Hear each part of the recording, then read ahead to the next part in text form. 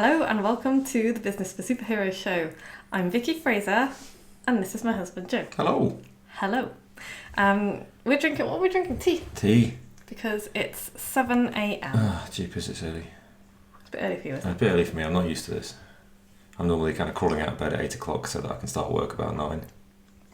So, recording podcasts at 7 o'clock. I'm basically just going to sit here and drink tea.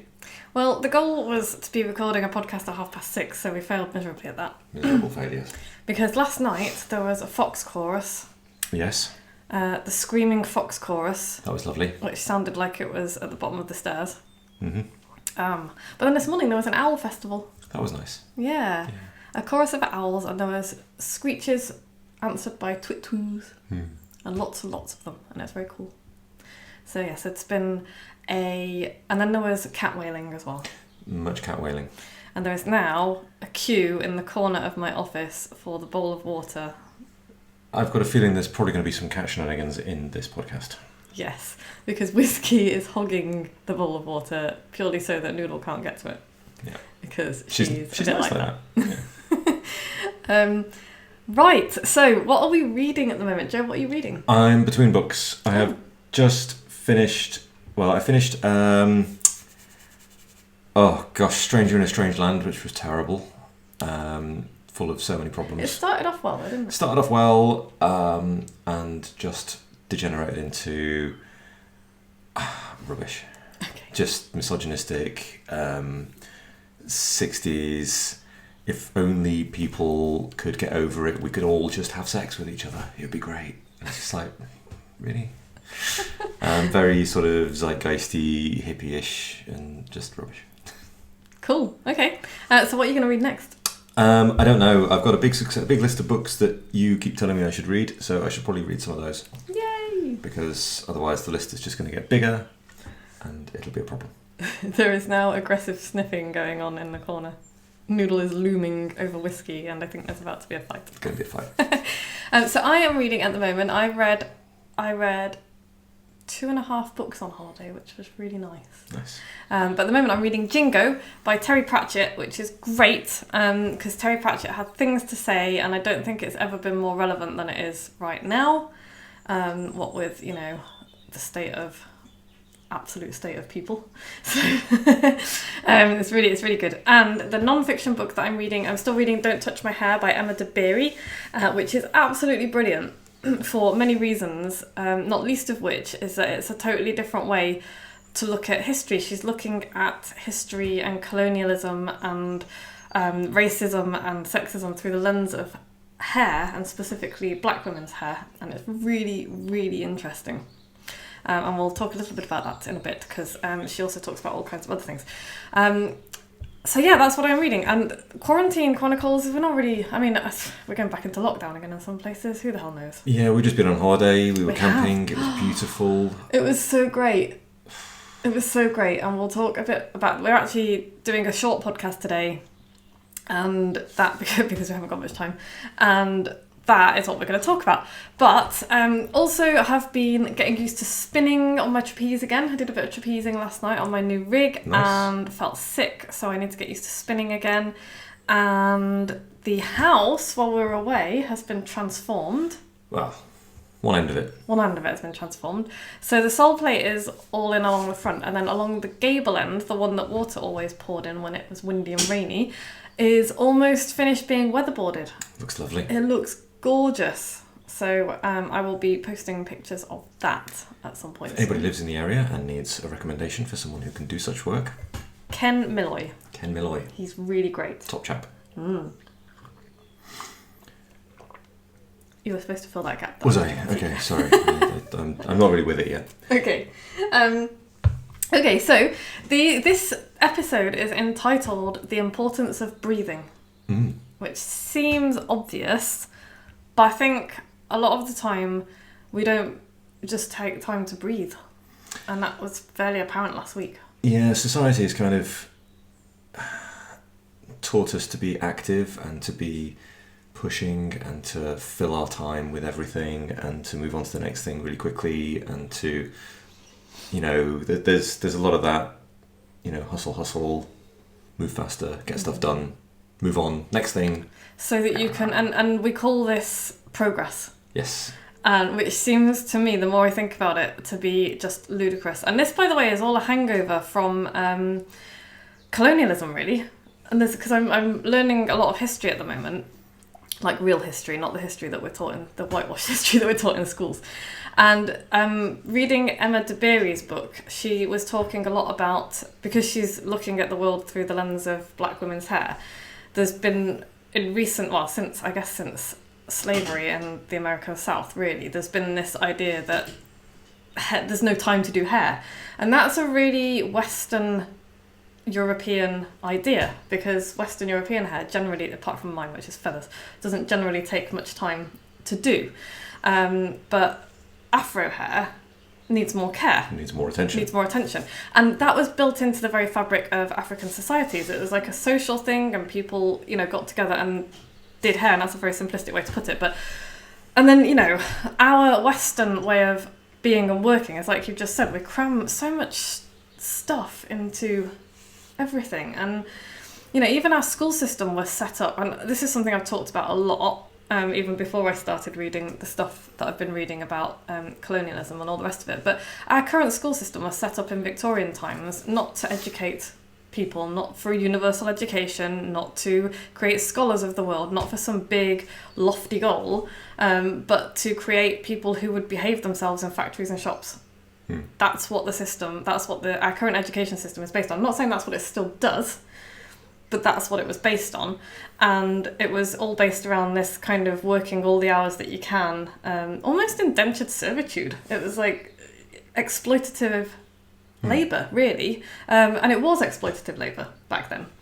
And, you could say that a lot of jobs now are exploitative labour. It's like, why are we working all of the hours? Yeah. To do what? To get what? Do you remember all those? I wasn't around in the 50s, but when the labour-saving devices were, all the thing, and it was like, we're going to have this, and we can have a kitchen thingamajig, and we can have dishwashers, and it's going to free up all of this time that we're then going to spend having a nice time and recreation and talking and playing with kids and just reading books and having a nice time. And it's just all it does is make more time for work. I know, and it's really funny because I remember if you ask people what technological advancement has made the biggest difference to society, most people will say the internet or computers. Actually, it's not. The thing that's made the biggest impact on the way we live our lives is the invention of the washing machine, because it freed up women's time to move out of the house and into work. And it's like, actually, is that a good thing? because apart from the fact that traditional women's work has always been undervalued, if valued at all. And it's not even included in GDP, and don't even get me started on what a fucking clusterfuck that is. Because, can you imagine what happens when women's work disappears? Traditional women's work? Anyway, so that's a whole different thing. But it's this whole last week on holiday, I did a lot of thinking about time and how we spend it, and even the fact that we talk about spending time. Like it's a commodity. And that, again, reading Emma de Berry's book, that's not how traditional African societies view time. It's like they see it as creating time to do this, that and the other. And the day is divided up by tasks that need to be done, not by time slots that need to be filled. And I love that idea. And I'm like, and that must have been the basis of everybody's day until a certain point. It's like, when did the the Western world and the colonial world, I guess, decide that we were going to just turn time into some kind of a commodity? And it's when you think about it like that, or when I think about it like that, it's bizarre. Because I would much rather have a day that was like, okay, today I need to accomplish these 3 things, and it doesn't really matter when. Yeah, it doesn't matter what time you start, what time you finish. No. Accomplish those 3 things and you've had a good day. Yeah. And so that is what I am now working towards in my business and in our life. That's what I want you to be able to do as well. Which is one of the reasons I'm doing. And I am getting there. I'm much better than I used to be. I don't work like 12-hour days anymore, 15-hour days anymore. But I'm still busier than, busy. And sometimes it feels like busy without purpose. Yes. Busy with purpose is fine, but busy without purpose isn't. And the last week, I spent a lot of time at sunset down on the estuary just watching the tide go in and out. Yeah. And it just got me thinking that it doesn't matter what we're all rushing around doing. the tide still comes in and out at the same time every day, and there are natural rhythms of life that we don't seem to pay attention to anymore. And I think that's sad, and that's not the way I want to live the rest of my life. I've lived this, I guess the first half of my life has been to other people's schedules and to other people's timetables and to my own imposed timetables based on, what society tells me it should be, and I'm done with that. Done with that. That's going to be a difficult transition, but I think it's a worthy one. Yeah, I think so as well, and I want that to be something that you can do as well, because there's no point in me living to my own timetable if I'm like, because I want us to be able to say, you know what, let's go to the beach for the day. Yeah. And for you to be able to go, yeah. And as long as there's nothing in either of our diaries, I'm not talking about absolving ourselves of all of our responsibilities. Yeah. But we can just go, you know what, we're going to have the weekend in the middle of the week. Yeah. The other thing I liked about what Emma Dabiri mentioned in her book, in the Yoruba society, was always based on a 4-day week, and I'm a big fan of the 4-day week. And I know a lot of people are a big fan of the 4-day week, and I would like 4-day working week. Yeah, 4-day working week. Yeah, and that's what I would like to do. So that is what I have been thinking about, and I guess really for this podcast. I mean, what do you think? I think it's important that people get time away from their regular lifestyle in order to work out what kind of lifestyle they want. I think it's very easy to be railroaded and just sort of slot into a position in society whereby you fulfill some role, whatever that might be, whether it's parenthood or businessy or services or whatever. But I think it's very easy to just get dropped into this position and not really think about it, not really make decisions, not really consciously decide that, yes, this is in fact what I want to do. Is it what you want to do, or is it just what happened? Yeah. For most people, it is what happened. I think for most people, it is just what happened. For a long time, for me, it was what just happened. It's like you go to school, you go to university, you get married, you have children, not in my case, but... And that's another thing. I don't want to sit here and go, oh yes, it's easier for us to do this because we haven't got children. I know that it's more difficult for people with children because, they've got further responsibilities that we do not. Yeah. Having said that, though, there are still conscious choices that everyone can make as to how their lives want to be. I know that one of my clients is homeschooling her daughter because she wants a different kind of lifestyle for her. And, good for her. And if that's what people... Because, that's a big undertaking. I'm not suggesting that everyone can or even should do that. Or even that you drop out of, the society's expectations and all the rest of it. But what I am saying, I think, is what Joe's just said, which is really think about the life you're living. Are you living for you with your purpose? Because if you don't have a plan for your life, you're going to fit into somebody else's plans, and they definitely don't have a plan for your life. Yeah, you'll just be slotting into their role, doing the things that they need doing. Yeah, and it's not about knowing what you're going to do for the rest of your life. That's not what we're talking about here. It's about, I think we're talking about living with purpose, whatever that purpose might be for you, and deliberately, and making decisions instead of just sleepwalking through life. I think it's the sleepwalking through life thing that I think is the most tragic thing of all. Yes, and I wouldn't be surprised if more than 90% of the people out there are just drifting, living their lives. Things are happening, and they react, and at no point do they kind of go, okay, what do I actually want?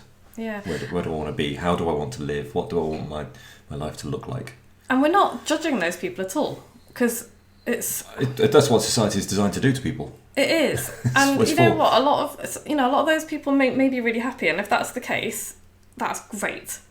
But if you're not happy or not feeling, I don't know, happy is a funny thing as well, because you can't be happy all the time. It's like you can't be productive all the time. You can't be anything all the time. The idea of being happy all the time is unrealistic. And also nobody would get anywhere, because a bit of unhappiness and discomfort is what drives us. Motivating. Yeah. But I think if you're not, if you're feeling dissatisfied, do something about it. And that's the thing. I think a lot of people are dissatisfied and waiting for somebody to come and fix it for them.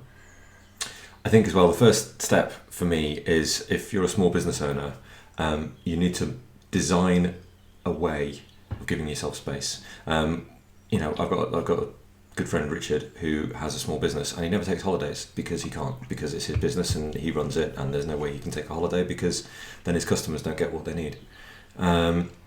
And that's just a ridiculous way to live. That's crazy. You've got to sort out a way so that you can have a holiday without things collapsing. Yeah.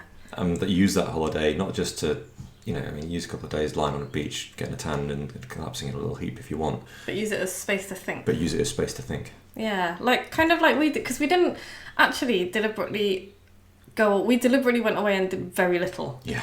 But I did, as a side effect of that, quite a lot of thinking, and we did quite a lot of talking about what we wanted. And it would have been easy for us to go away and say, we're going to do a walk, we're going to do this, we're going to do that, we're going to do, we could have scheduled all of our time, we could have filled it all up, we could have had a little calendar of things we're going to do on holiday, and it would have been kind of like work but somewhere else. Yeah, and we did do a lot of things, but we decided on the morning, apart from one day where we had to book some bikes. Yeah. But I have now, for the first time, that holiday, for the first time, I didn't, apart from once or twice when I just thought I don't want to come back to 50,000 emails, I didn't even look or think about anything. Mm-hmm. Because for the first time I had designed my business in such a way, and this is largely thanks to Harriet, who is amazing. Hi, Harriet. Hi, Harriet. Thank you. Yes, thank you. And I'd scheduled all my emails in advance, so yes, I had a bit of extra work to do before I went away, but I just went away and I was like, I don't have to do anything. Don't have to keep an eye on this. No, and the only thing that I missed writing. Mm-hmm. So if I was going away for any longer than a week, I would take something. Find a way to write. Yeah, find a way to write. But other than that, it was just brilliant. And so I think what we're saying with this, the importance of breathing, we're always inhaling when we're working. That's what it feels like. We're always like, you have to find time and space. You have to make time and space. Exhale. Breathe out. Think. And think about what you want, and think about the fact that we are not living with our natural cycles and living cycles. This isn't like woo-woo nonsense. It's, you think of circadian rhythms and things like that. We're forcing ourselves into boxes that we're not meant to be in. And I think that's why people are stressed and tired and sick and all of that kind of stuff. So think about what you want. I think that's the takeaway for this week, is really think about what you want from your life and your business and how you can make it happen. And just very quickly, we have a review. 5 stars, awesome show, great business advice, definitely an essential listen for any business owner, funny and educational, what's not to like? And that was from Mindlag on October the 3rd. Yeah, thank you, Mindlag. Thank you, Mindlag. Coming up, next week, we're going to talk about why just be yourself is astonishingly crap advice. Okay. And what the truth of the matter is. I have lots of things to say about that. And in the meantime, you can join my Rive lighting sessions at moxiebooks.co.uk/power hour. If you've listened to every episode, email me with your postal address and I will send you a special silly gift. And if you like this podcast, please go and subscribe and leave us a rating and a review. Yay! And thanks for listening. Thank you, Joe. No worries. Got up early, did stuff. Ugh. Have a great week, everybody. Bye.